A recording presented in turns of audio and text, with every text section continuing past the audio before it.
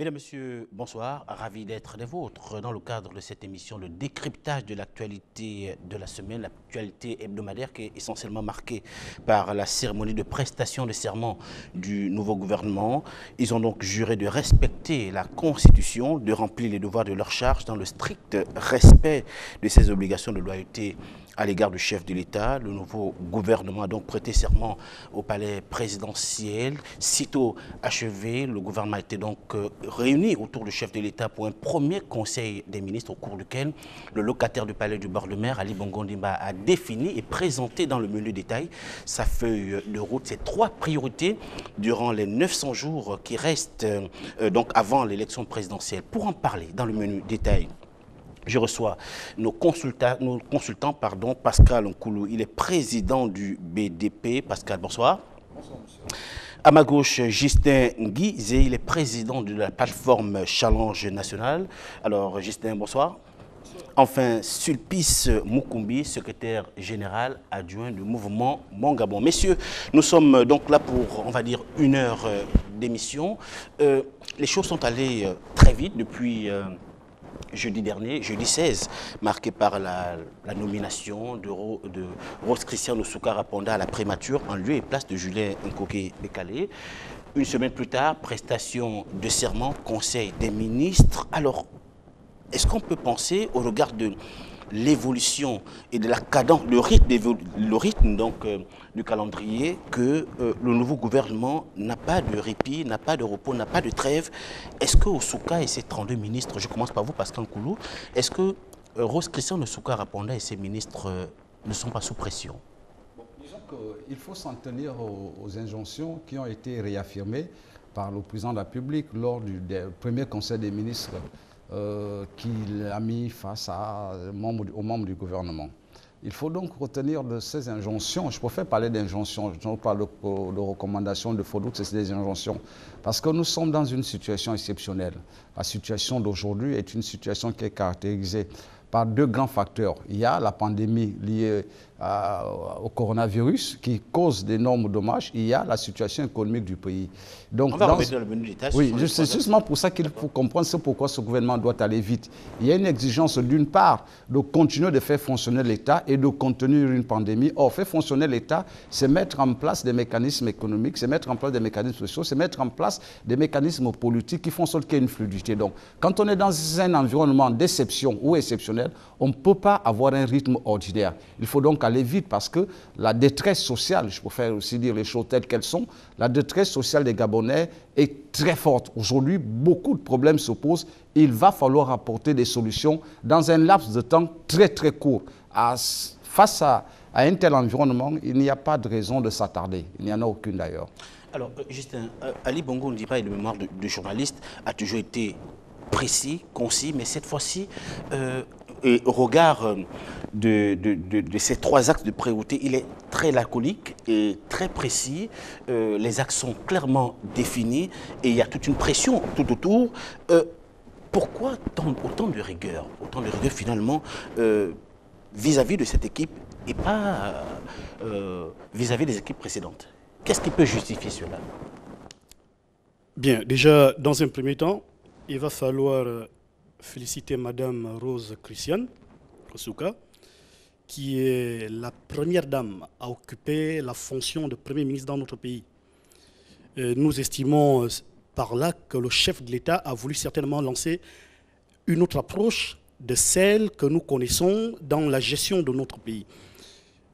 La pression y est, et cette pression a toujours existé. Le Gabon a souvent fait face des membres du gouvernement qui, généralement, les populations ont l'impression qu'ils ne suivent pas la cadence indiquée par le chef de l'État. Aujourd'hui, le chef de l'État est sorti là où les populations, là où beaucoup de personnes ne l'attendaient pas. Il nous a ramené une femme. Ça voudrait dire que les paradigmes sont en train d'être changés. Et ce gouvernement n'a pas un seul moment de répit, une seule minute de répit, parce que les cris des Gabonais sont très récurrents. Il va falloir aller tambour battant. Quand on accepte d'intégrer un gouvernement comme l'actuel, à pareille situation, on ne peut pas penser un seul instant avoir le sommeil tranquille. Il faut se mettre au travail parce que le chef de l'État a dit il ne sera heureux que lorsque les Gabonais le sauront. Dans la mesure où ce gouvernement arrive dans un contexte assez particulier, il va falloir que ces ministres sachent qu'ils seront évalués premièrement par le chef de l'État, et il va falloir qu'ils se mettent au travail. Et nous allons demander au chef de l'État de veiller à ce que ceux qui ne répondront pas aux attentes des populations soient purement et simplement mis à la porte, parce que nous sommes en train de regarder la cadence qui est vécue par la détresse des Gabonais. Et parlant de pression, la pression y est. Quand on a intégré ce gouvernement, on savait que cette pression était là. Il faut l'assumer, il faut se mettre au travail. C'est ce que les Gabonais attendent tout simplement. On va décrypter patiemment chaque axe. Il s'agit du premier axe, c'est la relance de l'économie. Le deuxième axe, le souci de l'efficacité. Le troisième, le sens de l'exemplarité. On va revenir. Alors, vous, Sulpice Moukoumbi, est-ce que vous comprenez également l'exigence, l'intransigeance d'Ali Bongo? Merci Arnaud. À situation exceptionnelle, mesures exceptionnelles. La désignation d'une dame comme Premier ministre chef du gouvernement intervient dans un contexte exceptionnel. Mon interlocuteur venait de le rappeler. Celui de la crise née de la pandémie de la Covid-19 et de la crise économique qui est une conséquence directe de cette crise de la Covid-19. Alors, le président de la République, qui a promis de rendre les Gabonais heureux, a identifié un certain nombre d'axes qui ont été regroupés en 3 thèmes que vous venez d'évoquer et sur lesquels le gouvernement, sans répit, sans période de grâce, devra rapidement s'attaquer pour la satisfaction des Gabonais. Voilà. Alors, premier axe, je le disais, de la politique ou les priorités d'Ali Bongo, c'est évidemment la relance de l'économie. Pascal Koulou, Ali Bongo dit la relance de l'économie par le maintien et la création des emplois. Qu'est-ce à dire? Bon, vous savez, le socle économique de notre pays est un socle assez fragile. Cette situation de fragilité s'est aggravée par la période d'immobilisation des 3 mois liée aux mesures exceptionnelles qui ont été prises en fonction de la fermeture d'un certain nombre de structures économiques. Et tout ceci a également contribué à opérer, donc à élargir la masse des personnes qui se sont malheureusement retrouvées dans des conditions de non-employabilité. Je crois que le chef de l'État perçoit parfaitement le cri de ses compatriotes qui, du jour au lendemain, se retrouvent sans possibilité de subvenir de manière digne à leur situation quotidienne. Il faut donc répondre à ce type de demande. Mais il faut également répondre aux besoins qui sont des besoins ordinaires de l'État. C'est-à-dire chaque jour, il y a sur le marché du travail des compatriotes qui frappent à la porte de l'emploi. C'est par le travail que l'on fait des projets, c'est par le travail que l'on accède à la vie de la nation. Donc c'est important que l'on y réponde. Mais je voudrais rapidement souligner un fait que j'entends souvent. Vous savez, on entend les gens dire « oui, c'est une femme ». Non, ça ne va rien changer du tout. Dans les axes de gouvernance, il faut prendre la mesure de ses responsabilités.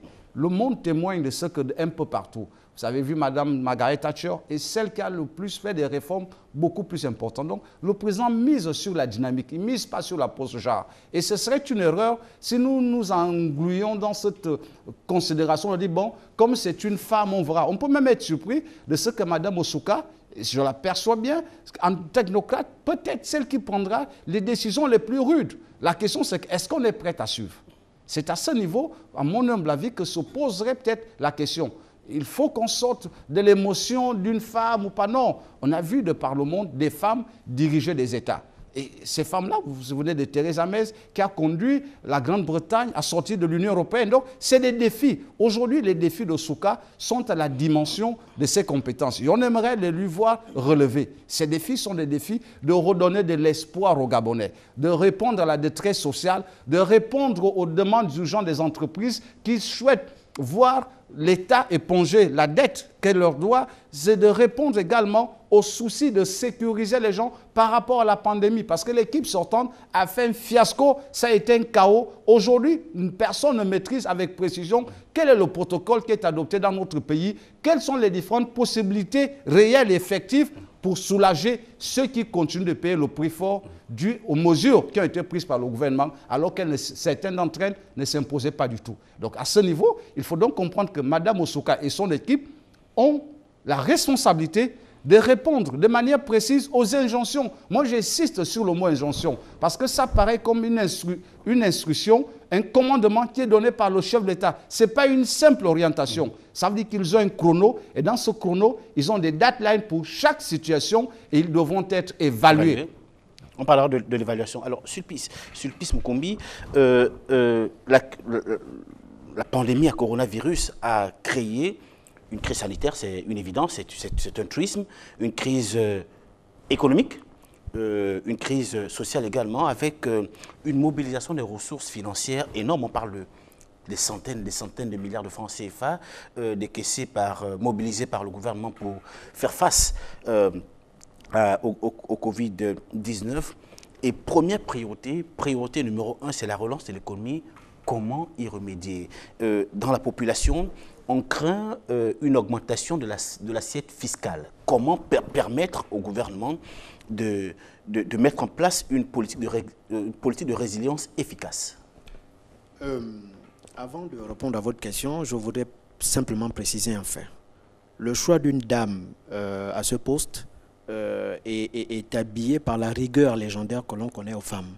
Et lorsqu'on voit le vécu de cette femme aux différentes fonctions qu'elle a occupées, on ne peut que lui faire confiance dans la tâche qui lui a été donnée. Le président a fixé une feuille de route sur laquelle le gouvernement doit travailler. C'est une vision, c'est des orientations. Il appartient maintenant au gouvernement de décliner la méthode, et le plus rapidement possible. Dans la feuille de route du président et sur le premier axe qui parle donc du sens des priorités avec la relance économique, le président a évoqué plusieurs thèmes. L'impulsation de l'emploi. Il a évoqué la création de la croissance. Il a également évoqué le financement de notre modèle social. Donc, toutes ces actions conjuguées devraient pouvoir aboutir à la dignité des compatriotes. Alors, nous, au niveau du MMG, nous réfléchissons. Nous avons des propositions justement pour relancer le travail, pour relancer la croissance. Nous pensons que le confinement total ou le confinement tel qu'il est pratiqué à l'heure actuelle n'est plus de mise. Le gouvernement doit pouvoir penser à réouvrir, à déconfiner, à réouvrir toutes les structures qui peuvent employer des Gabonais de manière à créer de la croissance. Tout à l'heure, vous avez évoqué le fait que le gouvernement a mobilisé un certain nombre de ressources. Mais jusqu'à quand le gouvernement va mobiliser toutes ces ressources? Il faudra à un moment que les Gabonais se mettent au travail, que les Gabonais commencent à produire de la richesse, que commencent à renflouer les caisses de l'État pour que cet argent puisse venir soutenir tout ce qui a été dépensé avec la période de la pandémie. Voilà. Donc, nous proposons par exemple au MMG la ouverture de toutes les structures alimentaires, la réouverture de toutes les structures de boissons, mais dans un contrôle vraiment rigoureux, dans un cadre bien spécifique. C'est-à-dire que les Gabonais veulent travailler. Les Gabonais veulent, le travail, c'est la dignité. Les Gabonais veulent travailler. Lorsqu'une structure, un centre commercial par exemple, il est ouvert 24 heures sur 24 et qu'il peut employer des Gabonais sur 3 quarts, ben, l'économie est relancée. Parce que les Gabonais travaillent, on emploie plus de personnes, il y a plus de consommateurs. Voilà, c'est un des points par exemple. D'accord. Ghislain Guizé, pour relancer l'économie, il faut mettre tous les Gabonais à l'œuvre, à contribution. Or, il est des concours qui sont gelés. Parfois, dans l'administration publique, les agents ne sont pas suffisamment exploités. Comment y parvenir? Écoutez, je pense que le chef de l'État est conscient du cri retentissant des Gabonais qui sont au chômage chaque jour. Il y a une situation que nous vivons dans notre pays. Les gens sont devenus extrêmement défaitistes. Quand un gouvernement d'espoir, parce que l'espoir fait vivre, quand un gouvernement d'espoir arrive à point nommé, il va falloir que les Gabonais s'en approprient. Nous ne pouvons pas continuellement rester dans la critique permanente sans savoir ce que demain sera fait. Parce qu'à un moment donné, il faut juger les gens au pied du mur. La question du chômage dans notre pays ne date pas de la période de la pandémie Covid. C'est une vieille question. C'est une question que le chef de l'État a toujours posée sur la table. Le chef de l'État a souvent martelé dessus. Et les populations ont clairement l'impression que les instructions données par le chef de l'État ne suivent pas. Le Gabon est un pays complètement à refaire. Je vous prends l'exemple de l'agriculture. Le Gabonais, s'il doit être embauché, si nous devons résorber la question du chômage dans notre pays, c'est en créant de l'emploi. Nous importons plus de 90% de ce que nous consommons dans notre pays. Le Cameroun à côté nous fournit en vivres. Nous avons un sol aussi fertile que celui du Cameroun. Nous avons observé chez nous le projet Graines qui n'a absolument rien donné. Le ministère de l'Agriculture est là. Nous assistons aux conférences, nous assistons aux séminaires. Nous voulons voir des gens à l'œuvre. L'agriculture est un secteur vierge dans notre pays qui peut embaucher un nombre incalculable de Gabonais qui peuvent se mettre au travail en créant des entreprises agricoles, en lançant de façon véritable des projets communautaires agricoles avec un accompagnement de l'État. Je parle là des entreprises qui peuvent être créées par l'État. De la même façon que l'État a créé Sogatra pour le transport, Transur pour le transport, mais de la même façon, nous devons créer des entreprises dans le domaine agricole pour atteindre l'autosuffisance alimentaire et cela va concourir à la résorption véritable du chômage dans notre pays. Ça, c'est un axe sur lequel nous devons nous attaquer parce que nous avons de la terre. Nous ne pouvons pas concevoir qu'un pays comme le Sénégal, qui fonctionne, qui est bâti sur le désert, est pratiquement premier exportateur mondial d'arachide. Ça veut dire que nous pouvons faire des grandes choses dans notre pays. Donc, ce n'est qu'un exemple parmi tant d'autres. Il va falloir que les membres du gouvernement suivent la cadence indiquée par le chef de l'État. Et il va falloir que le chef de l'État sache que les populations gabonaises ont un œil très regardant sur le fonctionnement de ces membres du gouvernement. Les membres du gouvernement doivent savoir qu'ils sont les employés des Gabonais. Les membres du gouvernement sont des employés du Gabonais. Ils doivent se mettre au travail. Ils ne se mettent pas au travail, quitte à ce que les gens disent encore que le chef de l'État continue de changer de gouvernement. Qui les change, mais tant que les gens ne se mettent pas véritablement au travail, il faut que le chef de l'État... On en parlera dans le centre de l'exemplarité dont parlait le président de la République. Sulpice Mukumbi, c'est une autre étape, une seconde étape du mandat d'Ali Bongo Ondimba, d'autant que ce nouveau gouvernement dispose de 900 jours pour prouver. Alors, est-ce que, s'agissant de la relance de l'économie, est-elle possible, est-elle réalisable en 900 jours qui restent à Ali Bongo?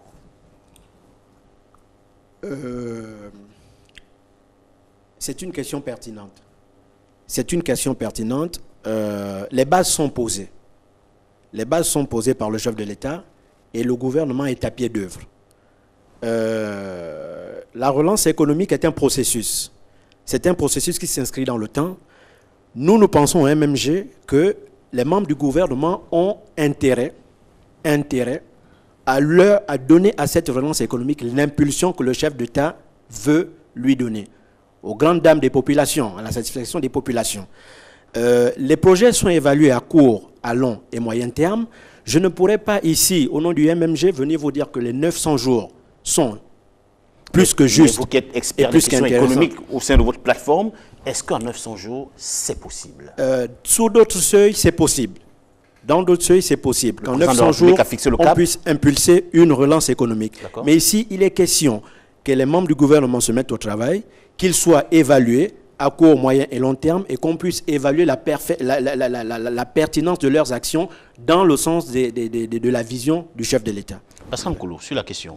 Oui, disons que ce qu'il faut retenir de l'orientation et des instructions données par le chef de l'État, c'est qu'il souhaite parler aux Gabonais. Il souhaite parler aux Gabonais, il souhaite parler au cœur des Gabonais. C'est important et j'espère que les membres du gouvernement l'ont compris comme cela. Parce qu'aujourd'hui, les éléments que le chef d'État a mis à disposition en termes d'outils, c'est-à-dire toute l'armature politique autour de l'action qui accompagne les membres du gouvernement, est une armature qui se résume à une seule chose, c'est qu'aujourd'hui, il faut répondre aux attentes sociales des Gabonais. C'est extrêmement important. Le président de la République, il l'a dit, il faut bien communiquer. Ça suppose qu'il faut arrêter avec les communications post. Ce qui veut dire qu'il faut que les ministres se mettent en idée qu'ils ne sont pas élus pour aller distribuer des dons de cartable dans leurs provinces respectives, parce que ça crée des frustrations à l'ensemble de la nation. Et le président public l'a bien compris. C'est pour ça qu'il leur dit qu'il faut aller à l'essentiel.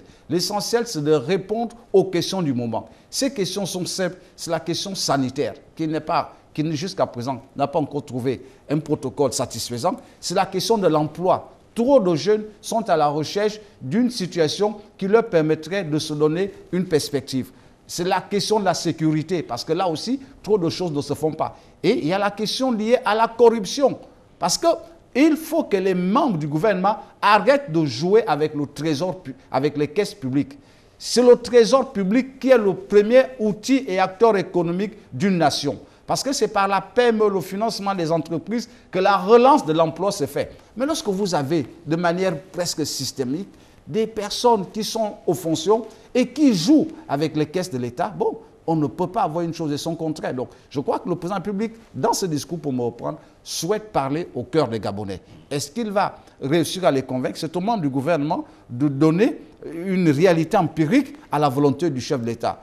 Dans le cas contraire, bon, on a bien peur que les mêmes effets produisent les mêmes causes. Parce que, écoutez, ce gouvernement, en dehors du fait qu'on ait changé le Premier ministre, il a 95% composé des mêmes membres qui étaient là. Donc, est-ce que ces gens, on les a reconduits parce que les performances étaient bonnes, ou alors, bon, on n'avait que sur la main et on était obligé de faire avec eux? Là est la question. Mais dans tous les cas, notre souci à nous, au niveau du bloc démocratique populaire, je pense que la majeure partie des Gabonais, c'est que le gouvernement et le chef d'État doivent veiller à ce que les orientations qu'ils donnent soient d'abord bien comprises et explicitées aux Gabonais, pour éviter qu'on nous conduise encore dans des situations d'amalgame où il n'y a absolument pas de lisibilité.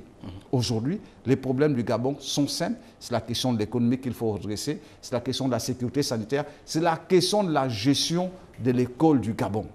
C'est des priorités. Quand je parle d'école du Gabon, je parle du primaire, du secondaire et du supérieur. On a tellement de situations qui sont des situations explosives, mais on a l'impression que les ministres surfent sur ces états de choses sans véritablement vouloir situer le citoyen gabonais sur les outils dont il dispose pour aller Justin Guézé, je souhaite aussi également vous entendre sur la question, sur la question de la possibilité du gouvernement à concrétiser cette relance d'ici à 900 jours.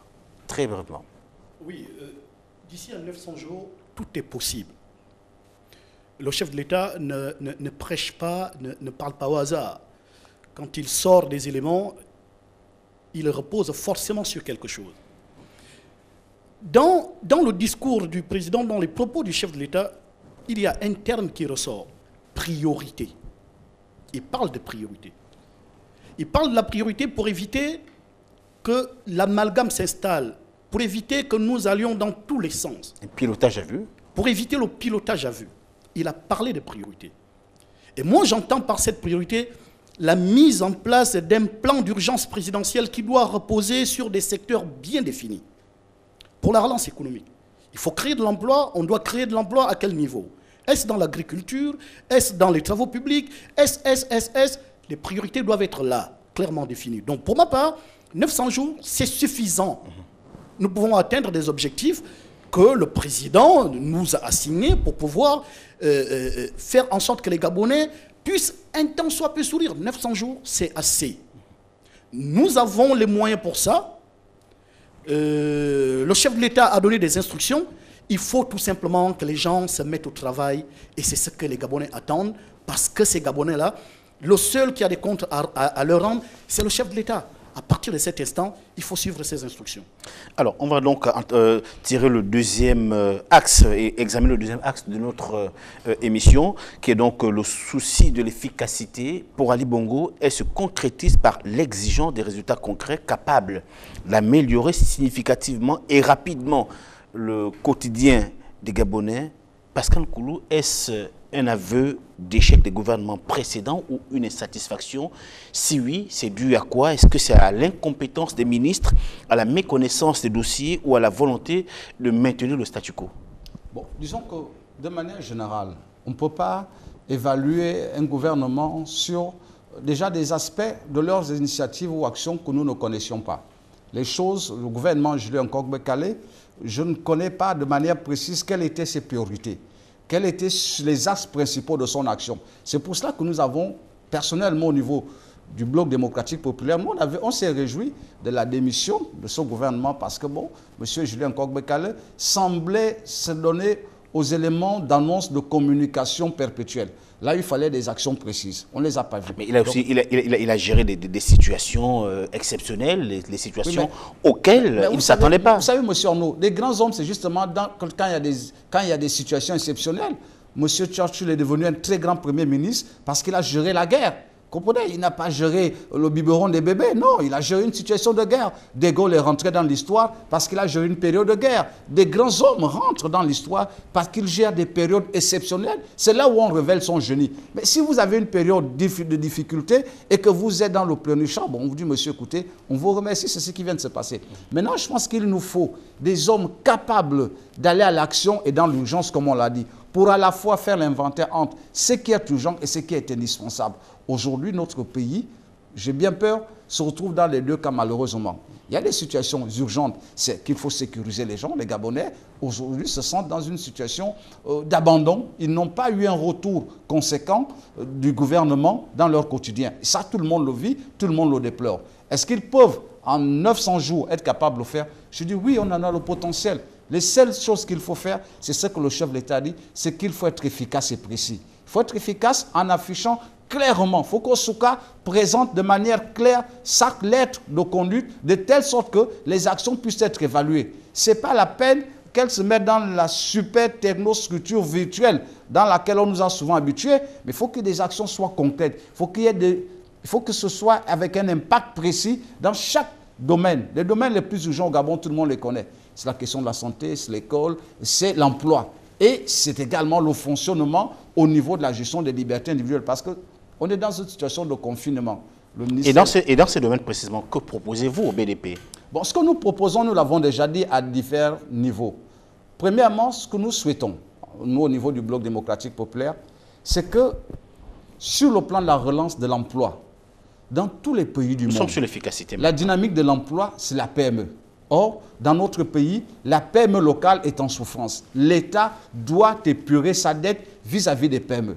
Et ensuite, il faut rapidement aller au déconfinement. Vous ne pouvez pas appeler une dynamique économique lorsque les libertés individuelles en matière de déplacement sont réduites. Et aujourd'hui, ce qu'il faut, c'est donner la possibilité aux citoyens gabonais de s'approprier les mécanismes de prévention liés à cette maladie. Une fois cela va être fait, au lieu qu'on nous mette l'accent, comme ça a été le cas dans le gouvernement Julien Nkogbe-Kallé, en créant une crise alimentaire là où il n'y en était pas, on devrait mettre l'accent sur les mécanismes de protection et permettre aux PME de se mettre rapidement dans des conditions de travail et de production. Bon, ensuite, ce que nous disons, c'est qu'il faut que l'on réexamine la question de l'école du Gabon.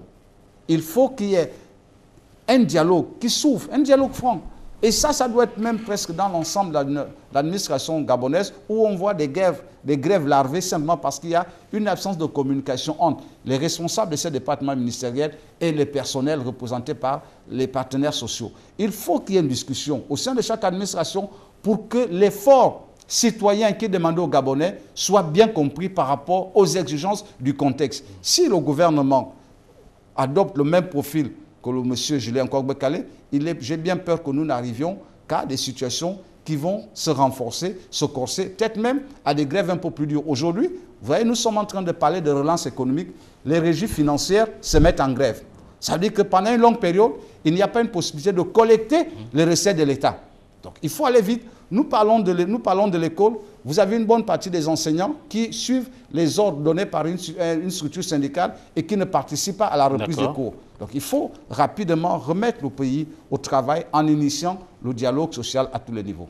Alors, Justin Guizé, Ali Bongo est insatisfait, il a clairement dit, il a reconnu, mais est-ce l'expression de la matérialisation, la preuve de l'incompétence des ministres ou la méconnaissance des dossiers ou une volonté de maintenir le statu quo? C'était quoi? C'est quoi? Qu'est-ce qui n'a pas marché dans les équipes précédentes? Nous pouvons dire que tout ça peut exister à la fois. Les attitudes, le fonctionnement, le comportement des individus varient par rapport à leur fonctionnement au quotidien. Je ne me cacherai pas de dire qu'autour du chef de l'État, nous pouvons clairement identifier, ou nous pouvons retrouver, pour ne pas dire identifier, nous avons la possibilité de retrouver des personnes qui font volontairement le contraire de ce que le chef de l'État demande. Il y en a. Moi, il y a une expression que j'utilise habituellement, je cite, « Il est certain qu'il y a un gros ver qui se trouve dans le fruit du chef de l'État. » Parce que nous n'arrivons pas à comprendre comment est-ce que certaines personnes, certains membres du gouvernement n'arrivent pas à suivre les instructions du chef de l'État. Ça veut dire qu'il y a un réel souci. Soit, il est question de poser des pots de banane de façon permanente au chef de l'État. Pour quelle raison? Ce sont ces derniers qui le savent. Il y a effectivement aussi une question d'incompétence. Il y a des ministres qui sont incompétents. Si vous ramez autour des mêmes dossiers, en nous ramenant des séminaires, en nous ramenant des conférences, sans rien produire de façon pratique aux Gabonais, nous pouvons juger que c'est de l'incompétence. Et là, nous avons suivi le chef de l'État hier, qui s'est prononcé en Conseil des ministres. Nous avons compris qu'il est en train de s'installer un ras-le-bol. Et qu'à partir d'aujourd'hui, il est sur le point de prendre le bâton et corriger tout ce qui va se faire. Je pense que la dynamique qui s'installe, et c'est d'ailleurs pour cela que je suis satisfait du gouvernement actuel, plus ou moins, peut-être pas totalement, c'est l'arrivée de Mme Oussouka, qui est une dame que j'appelle généralement dame de fer. Je suis sûr qu'elle... On l'a dit pour Julien Korobé-Kalé il y a 1 an, 6 mois et 4 ans. Oui, mais je vous parle de moi. C'était un technocrate. Oui, et puis monsieur Arnaud, je pense qu'il y a lieu quand même à un certain moment d'éviter de faire le procès de Julien Korobé-Kalé. D'accord. Il faut à un moment donné qu'on arrête de faire le procès de Julien Korobé-Kalé. Il est vrai que le monsieur s'est plaint. Oui. Mais nous connaissons les conditions dans lesquelles Julien Korobé-Kalé a été Premier ministre dans ce pays. Je suis d'accord. L'administration est continue. Les gens arrivent, se relaient. Il était là avec son équipe. Il a pu faire ce qu'il a pu. Il est parti. Maintenant, la charge revient à Mme Oussouka qui doit impulser la dynamique sur laquelle nous la reconnaissons. Parce que nous savons que cette dame, l'espoir qui est en nous, c'est qu'elle va devoir mettre, et elle va pouvoir mettre ses membres du gouvernement au pas. Ceux qui ne vont pas suivre, il va devoir s'en débarrasser pour que les Gabonais arrivent à trouver satisfaction. Je vous dis que ce gouvernement qui vient de partir était un gouvernement qui, chaque jour, les Gabonais demandaient à ce qu'ils partent. Parce que l'espoir avait complètement disparu. Ce n'est pas parce que tous les membres de ce gouvernement étaient des bras cassés. C'est la raison pour laquelle aujourd'hui les Gabonais se posent la question de savoir pourquoi les mêmes sont revenus. Non. Ce n'est pas parce que forcément ces membres du gouvernement étaient des incompétents. Il faut aussi voir que les Gabonais avaient atteint un point de crise culminant où ils ne savaient plus vers quoi se retourner. Et généralement, à un moment donné, il faut casser la monotonie qui permet à ce que l'espoir se réinstalle pour pouvoir impulser une nouvelle dynamique. C'est ce qui est arrivé. Le chef de l'État l'a fait parce que les populations gabonaises le demandaient. Mme Oussouka est là. Les membres du gouvernement doivent se mettre au travail parce que nous les attendons de pied ferme. 900 jours, ce n'est pas pour rien. 900 jours parce que nous avons des échanges qui vont arriver. Il va falloir qu'ils se mettent au travail. Sulpice Mukombi, est-ce qu'on peut dire, ça y est, désormais, avec le gouvernement... Rose Christian Oussouka Raponda, c'est l'homme qu'il faut, à la place qu'il faut. Le Premier ministre Rose Oussouka Raponda apparaît comme la femme qu'il faut, à la place qu'il faut. Mais il n'est pas question ici de donner un blanc-seing. Et c'est d'ailleurs dans cette dynamique que le président de la République a demandé de mettre en place des outils d'évaluation de cette efficacité. Donc l'efficacité de l'action du gouvernement. Alors, vous avez posé la question de savoir est-ce que la situation qu'on observe actuellement est liée à l'incompétence des ministres ou à autre chose. Nous, au MMG, nous avons un triptyque. C'est patriotisme, travail et dignité. Et le patriotisme est le premier point du cheval de bataille du MMG. Nous souhaitons faire en sorte qu'il y ait la promotion du patriotisme dans ce pays. Car, voyez-vous, monsieur Arnaud, nous plaçons toutes ces incongruités, toutes ces difficultés et toutes ces défaillances dans le cadre de l'absence de patriotisme. Donc on n'est pas assez patriote. C'est ce que nous pensons. Comment voulez-vous qu'il y ait des efficacités dans un service où l'administrateur de ce service a un train de vie ostentatoire par rapport au service dont il a la charge. Qui manque des Ce n'est pas normal. Il manque des imprimantes, des ordinateurs. Le service courrier n'a même pas la possibilité de transporter son courrier d'une destination à l'autre pendant qu'un responsable a 4, 5, 6 voitures. Est-ce que ça va changer sous Carapanda? Mais c'est ce que le président de la République veut que ça change. Le président de la République sera regardant sur ces aspects-là. Et je vous dis, il n'est pas question d'aller chercher sur la Lune des choses qui se trouvent là juste devant nous. Les premières mesures de l'efficacité, c'est quoi? Pourquoi aller chercher d'abord des emplois supplémentaires alors qu'on peut simplement rouvrir les emplois qui sont fermés, qui ont été fermés sous la conséquence de la pandémie du Covid-19? Exploiter le personnel. Et exploiter ce personnel-là de manière optimale. Pourquoi ne pas le faire? Vous avez des administrations où le directeur général, d'abord des administrations qui n'ont même pas de chef, au jour d'aujourd'hui, quelle efficacité sans chef? Et ensuite, vous avez d'autres administrations qui ont un chef, mais avec des postes vacants. Et le seul chef responsable de cette administration est amené à faire tout le travail, lui seul, à prendre tout sur lui. Dans cette mesure, quelle efficacité on peut escompter dans ces conditions? Donc la première chose à faire, c'est d'abord restaurer les emplois qui ont été perdus dans le cadre de la pandémie du Covid-19, pourvoir aux emplois dans lesquels il n'y a pas de responsable pour pouvoir améliorer la dynamique, pour pouvoir créer cette émulation-là qui va faire en sorte que chacun puisse être attelé à une certaine tâche et ne pas déposer tout le travail sur une seule personne qui, finalement, sera submergée. Donc voilà un peu les chevaux de bataille auxquels le gouvernement doit s'atteler pour déjà rentrer dans le cadre de l'efficacité attendue par le chef de l'État. Pascal Nkoulou, Ali Bongo Ndimba sera rigoureux, il est formel sur la question, il prévient, désormais l'action gouvernementale sera soumise à une évaluation régulière, à la moindre contre-performance, on est viré. Est-ce que vous l'entendez? Bon, je crois que c'est ça l'objectif d'un gouvernement, c'est d'apporter des résultats. On ne peut pas rester au gouvernement si on n'apporte pas des résultats. Je dis simplement qu'il est temps dans notre pays que l'on revienne à des pratiques qui rassemblent le pays. Vous savez, le pays a trop souffert de l'égoïsme de certaines personnes qui, lorsqu'ils sont à une fonction, confondent leur personne et la fonction qu'ils occupent. De telle sorte qu'il y a souvent eu des éléments de blocage qui n'ont pas facilité la mise en œuvre, même l'engagement d'autres citoyens. Et je crois qu'aujourd'hui, il suffit de regarder quel est le climat qu'il y a dans chaque administration pour se rendre compte qu'il y a une rupture de dialogue. Il ne peut pas y avoir un dialogue vertical entre le chef de l'État et la population. Ce dialogue a besoin de s'étendre entre les différents responsables de chaque administration et les populations qui y travaillent. Ce sont ces populations qui ramènent cette chaleur citoyenne dans leurs différents foyers, dans leurs différentes familles. Et c'est cette chaleur citoyenne qui permet aux citoyens d'avoir une lisibilité dans l'action du gouvernement. Or, aujourd'hui, quand vous prenez notre pays, il n'y a systématiquement pas de communication responsable.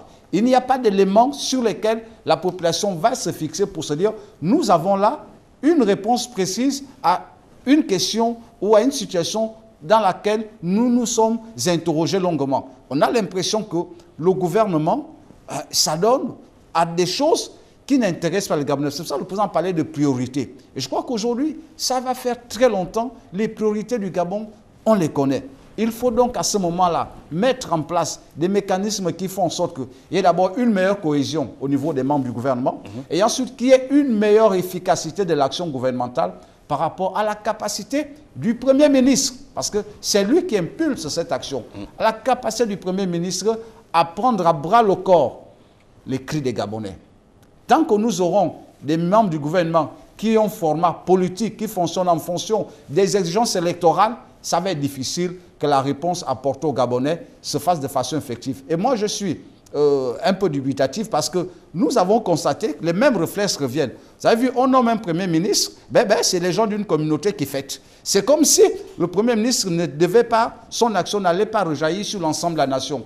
Vous êtes nommé ministre, vous allez fêter dans votre patelin, comme si votre actif politique se résumait à ce patelin. Donc, ces mêmes réflexes, tant que nous les avons, et tant que ces réflexes ne sont pas évacués, pour que tout le monde s'approprie ce que le responsable de Mon Gabon dit, c'est-à-dire qu'il faut qu'il y ait un sentiment de patriotisme au-delà de nos propres personnes. Il faut qu'il y ait une volonté patriotique d'affirmer la nation et les responsabilités que les uns les autres occupent à l'échelle de la nation, on aura des difficultés. Parce qu'aujourd'hui, lorsque vous prenez Libreville, Port-Gentil, peut-être Franceville, mais le reste du Gabon sonne aux abonnés absents en matière d'emploi, en matière de structure sanitaire, en matière... Donc, on a l'impression qu'on vit dans deux mondes différents. Alors que la responsabilité du gouvernement, c'est d'impulser l'action et la volonté du chef de l'État à l'échelle de la nation. Est-ce que Mme Osuka pourra conduire cette action? De tout mon cœur, je le souhaite, parce que, bon, elle est à la responsabilité. Mais maintenant, on peut être confronté à ce que j'ai déjà entendu, ce qu'elle-même l'a dit, oui, c'est d'abord la femme qui a l'honneur. Je suis tenté de lui dire sur ce plateau que, Madame le Premier ministre, vous n'êtes pas une femme ordinaire.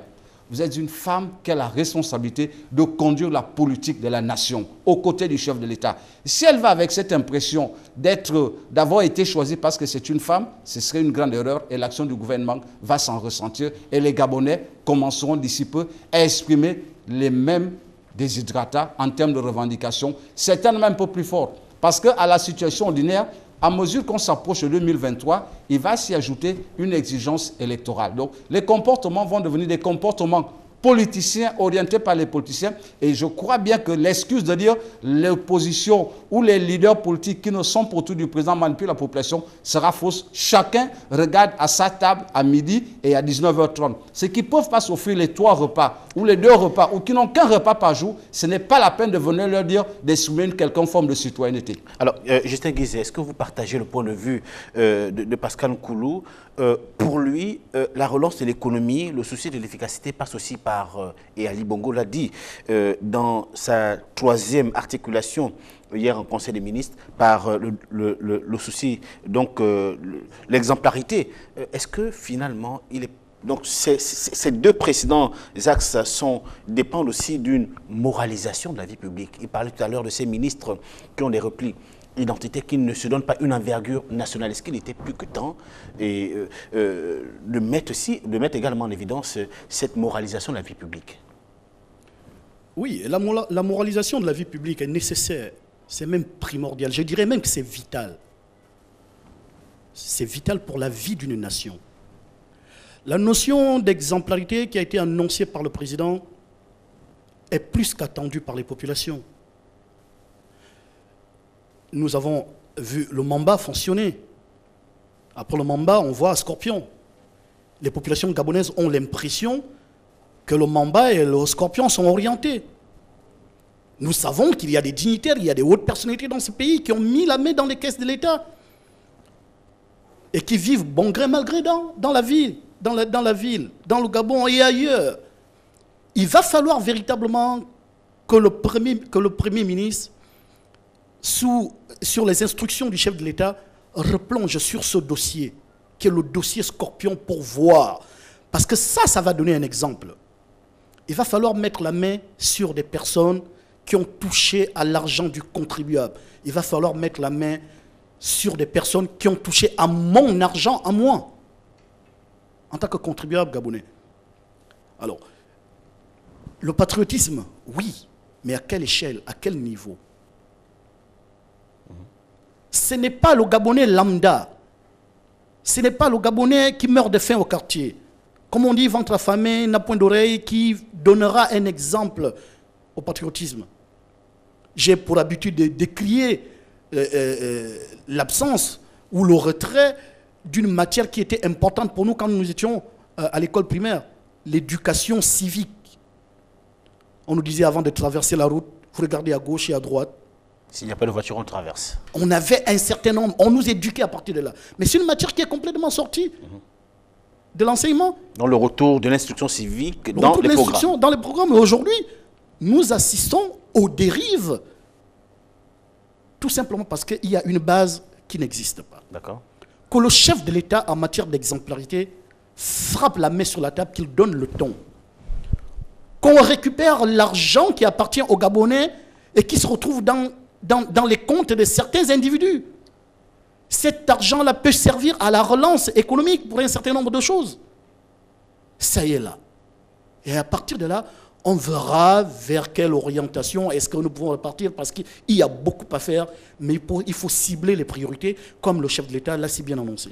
Sulpice Moukoumbi, vous qui gérez et qui réfléchissez chaque jour sur les questions de finances et d'économie, Justin en parlait tout à l'heure, trop de détournement, trop de corruption gangrène de l'administration publique, mais est-ce que l'équipe de Souka Raponda a les coudées franches pour pouvoir, comme l'a dit Justin, ramener dans les caisses de l'État tout cet argent aux mains des délinquants à col blanc?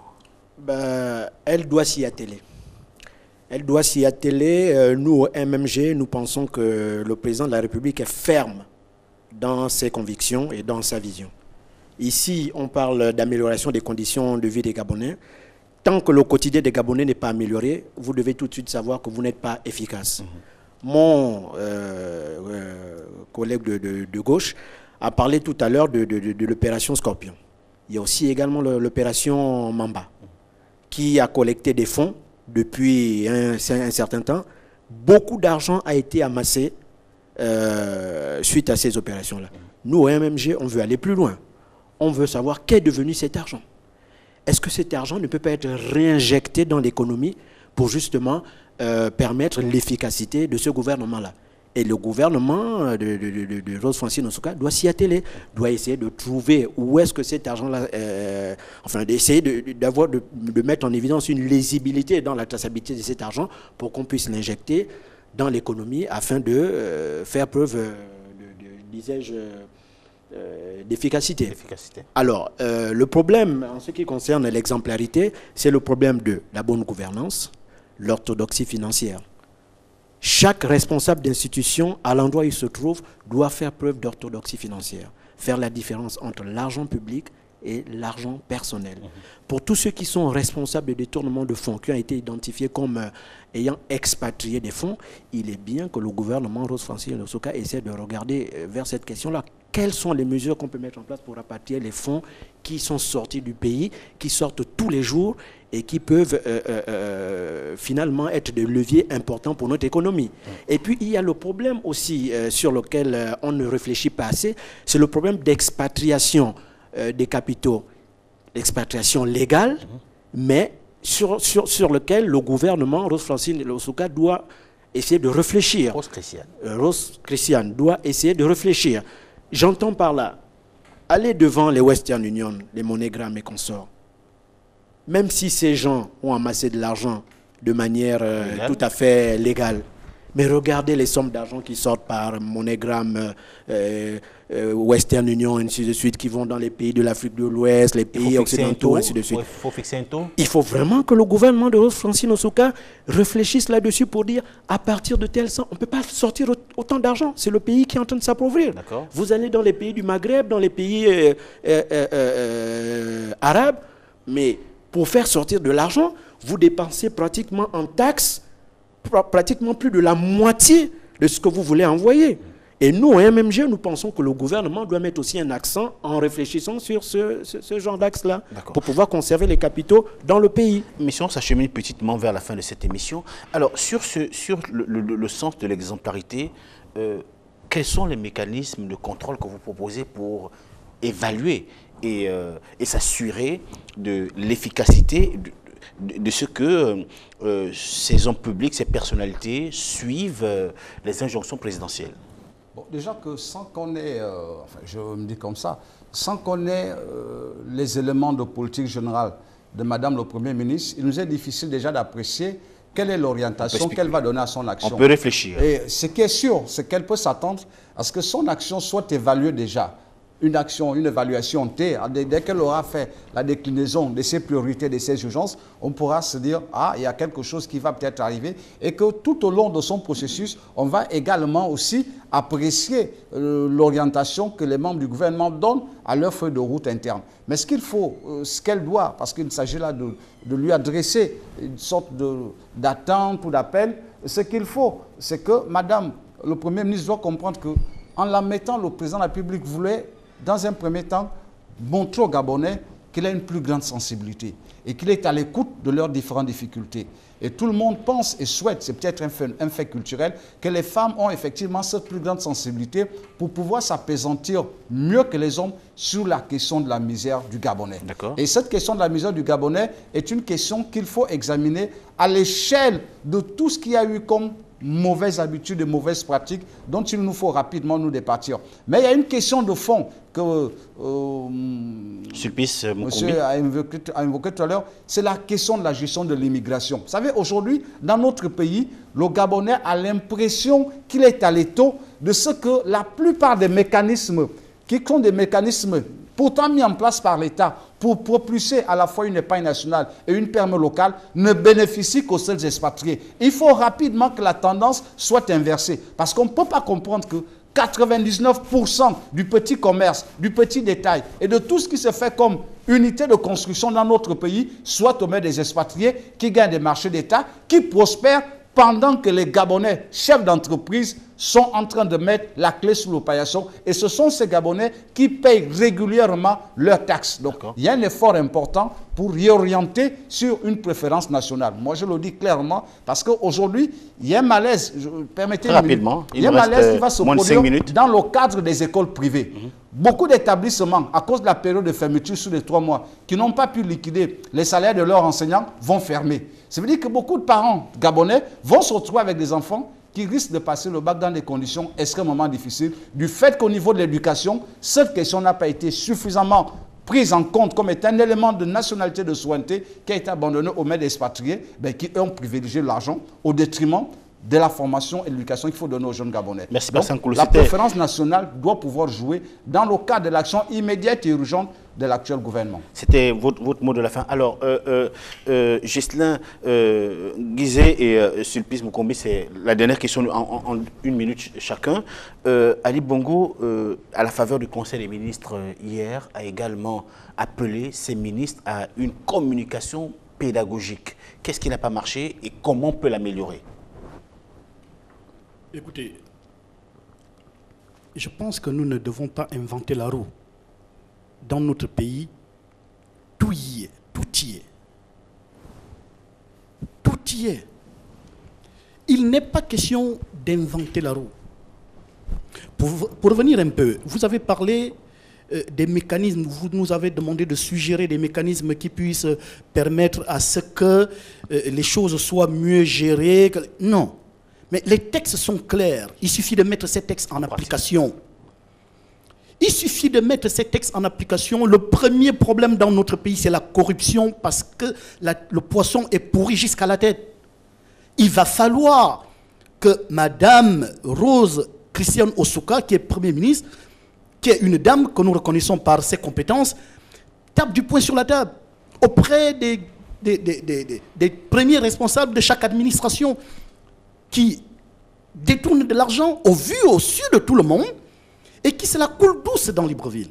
Donc, il faut tout simplement mettre en application des textes qui existent. Et sur la communication pédagogique? La communication pédagogique, moi je pense que dans notre pays, le gouvernement a un porte-parole.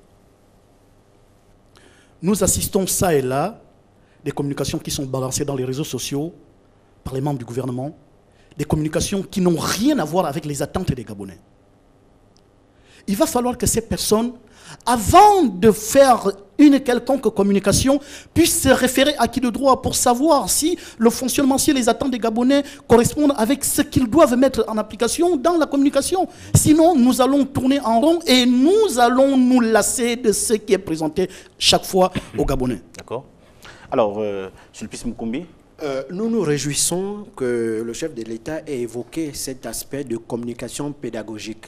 C'est un élément que nous avons défendu ici au cours d'un plateau lorsqu'il s'est agi de discuter de la taxe à 2% sur les retraits bancaires. Les ministres ne sont pas totalement ouverts à toutes les entreprises de presse pour tel ou tel... Voilà. Alors, nous avons à cette époque-là préconisé qu'il y ait plus de plateaux télévisés. Les plateaux télévisés sont l'occasion pour les différents responsables et la presse de communiquer sur un certain nombre de sujets pour faire en sorte que les populations s'approprient ces sujets avant qu'ils soient publiquement évoqués ou débattus dans des instances supérieures. Alors, le Gabonais a l'impression qu'il y a des mesures qui tombent comme ça, comme un cheveu dans la soupe, et ils ne sont pas informés de ces mesures-là, ils n'ont pas pris part au débat, même s'ils ont la responsabilité de prendre part au débat, de s'impliquer. Mais le gouvernement de Rose Christiane Osuka-Raponda doit insister sur la pédagogie. Au-delà de la communication gouvernementale, de la communication présidentielle, il faut multiplier les plateaux télévisés sur tel ou tel aspect, avec des spécialistes de tel ou tel domaine, pour arriver à faire passer le message aux populations, parce qu'on parle du bien-être des populations. Les populations veulent se retrouver dans les décisions qui sont prises. Et pour cela, il faut qu'il y ait de la pédagogie, il faut qu'il y ait du consensus. Alors, vous avez 10 secondes. Ce que je veux dire dans ça, en fait, il faut arrêter de communiquer. Les actes communiquent mieux que tous les plateaux, que toutes ces maquettes que l'on nous distribue. Ça fait trop d'années où on communique de façon virtuelle. Les Gabonais veulent, quand on leur dit vous aurez de l'eau, qu'un mois après il y ait de l'eau. Les Gabonais veulent que quand on leur dit que vous allez avoir des écoles, qu'un mois après il y ait des écoles. Parce qu'on nous présente des maquettes. Le problème n'est pas le problème de la communication. C'est pour ça que le président parle de pédagogie. Le principe de la pédagogie, c'est qu'il y a un effet empirique de la parole. Or, dans notre pays, la parole du gouvernement est discréditée. Elle est devenue nuisible. Les gens ne veulent même plus suivre parce que le gouvernement passe trop de temps à faire des communications sans suite. Mais il faut des actes. Monsieur Nkolo.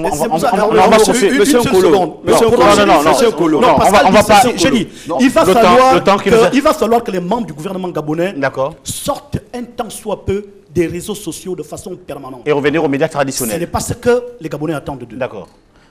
Oui, rapidement. Oui, Monsieur Nkolo, simplement pour dire que les actions peuvent être faites, certes, mais il faut tout de même une communication. On ne peut pas se passer de la communication autour de ce que nous sommes en train de faire. Il n'y a pas meilleure communication que l'acte posé. Dire qu'on fait seulement de la communication, je dis non, je suis totalement d'accord avec vous, comme c'était le cas auparavant. Dire qu'on met simplement aussi des actions en place. Il faut pouvoir allier. Parce qu'il y a une responsabilité. Merci, messieurs. Nous sommes arrivés malheureusement au terme de cette émission. 1 heure, c'est pas assez. Mais vous pouvez poursuivre, vous, chers téléspectateurs, la discussion à la maison. Merci de nous avoir suivis et à la semaine prochaine.